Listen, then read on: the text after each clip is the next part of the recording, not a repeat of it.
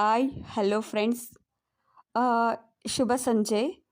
ಇವತ್ತು ಮೃಗಾಲಯದ ಬಗ್ಗೆ ನಾನು ನಿಮಗೆ ತಿಳಿಸ್ಕೊಡ್ತಾ ಇದ್ದೀನಿ. ನಿಮಗೆಲ್ಲರಿಗೂ ಮೃಗಾಲಯ ಅಂದರೆ ಗೊತ್ತು, ಆದರೆ ಅದು ಹೆಂಗೆ ಸ್ಥಾಪನೆ ಆಯಿತು ಅನ್ನೋದ್ರ ಬಗ್ಗೆ ಗೊತ್ತಿಲ್ಲ ಅಂತ ಅನ್ಕೋತೀನಿ.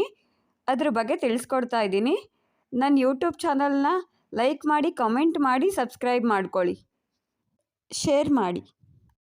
ಮೈಸೂರು ಝೂ ಓದಕ್ಕೆ ಶುರು ಮಾಡ್ತಾ ಇದ್ದೀನಿ, ಕೇಳ್ತಾ ಇದ್ದೀರಲ್ವಾ? ಓಕೆ. ಸಾಂಸ್ಕೃತಿಕ ರಾಜಧಾನಿ ಮೈಸೂರಿನ ಮತ್ತೊಂದು ಪ್ರಮುಖ ಆಕರ್ಷಣೆ ಅಂದರೆ ಅದು ಮೃಗಾಲಯ. ಮೈಸೂರು ಅರಮನೆಯ ಸಮೀಪವೇ ಇರುವ ಝೂ ಅಂದರೆ ಪ್ರಾಣಿ ಸಂಗ್ರಹಾಲಯ ಸುಮಾರು 245 ಎಕರೆಯಷ್ಟಿದೆ. ಇದು ದಕ್ಷಿಣ ಭಾರತದ ಪ್ರಾಚೀನ ಮೃಗಾಲಯಗಳಲ್ಲಿ ಒಂದು. ಜೊತೆಗೆ 1892ರಲ್ಲಿ ರಾಜವಂಶದ ಆಶ್ರಯದಲ್ಲಿ ಸ್ಥಾಪಿತವಾದ ಕಾರಣ ಇದನ್ನು ವಿಶ್ವದ ಪ್ರಾಚೀನ ಪ್ರಸಿದ್ಧ ಮೃಗಾಲಯಗಳ ಪಟ್ಟಿಯಲ್ಲೂ ಸಹ ಸೇರಿಸಲಾಗಿದೆ. ಕೇವಲ ಪ್ರವೇಶ ಶುಲ್ಕದ ಆಧಾರದ ಮೇಲೆ ನಡೆಯುತ್ತಿದ್ದಂಥ ಈ ಮೃಗಾಲಯದಲ್ಲಿ 2000ನೇ ಇಸ್ವಿಯಿಂದ ದತ್ತು ಸ್ವೀಕಾರ ಪದ್ಧತಿ ಆರಂಭ ಆಯಿತು.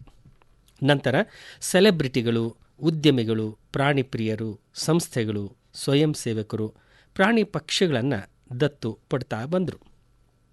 ಮೈಸೂರು ಮೃಗಾಲಯ 1892ರಲ್ಲಿ ಉದ್ಘಾಟನೆ ಆದರೂ ಸಹ ಸಾರ್ವಜನಿಕರಿಗೆ ಲಭ್ಯವಾಗಿದ್ದು 1902ರಲ್ಲಿ.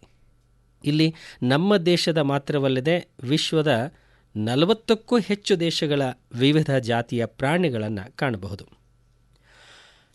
ಅಂದು ಮೈಸೂರನ್ನಾಳಿದ ಮಹಾರಾಜರು ವಿದೇಶಗಳಿಗೆ ಪ್ರವಾಸ ಹೋದಾಗ ವಿವಿಧ ದೇಶಗಳ ಪ್ರಾಣಿಗಳನ್ನು ಸಂಗ್ರಹಿಸಿ ಮೃಗಾಲಯಕ್ಕೆ ತಂದರು.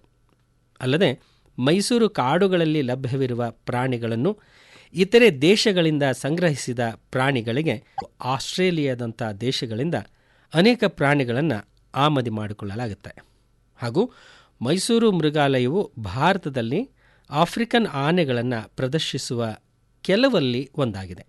ಅಲ್ಲದೆ ಮೈಸೂರು ಮೃಗಾಲಯ ಗೊರಿಲ್ಲಾ ಮತ್ತು ಪೆಂಗ್ವಿನ್ಗಳನ್ನು ಪಡೆದ ದೇಶದ ಪ್ರಪ್ರಥಮ ಮೃಗಾಲಯವಾಗಿದೆ.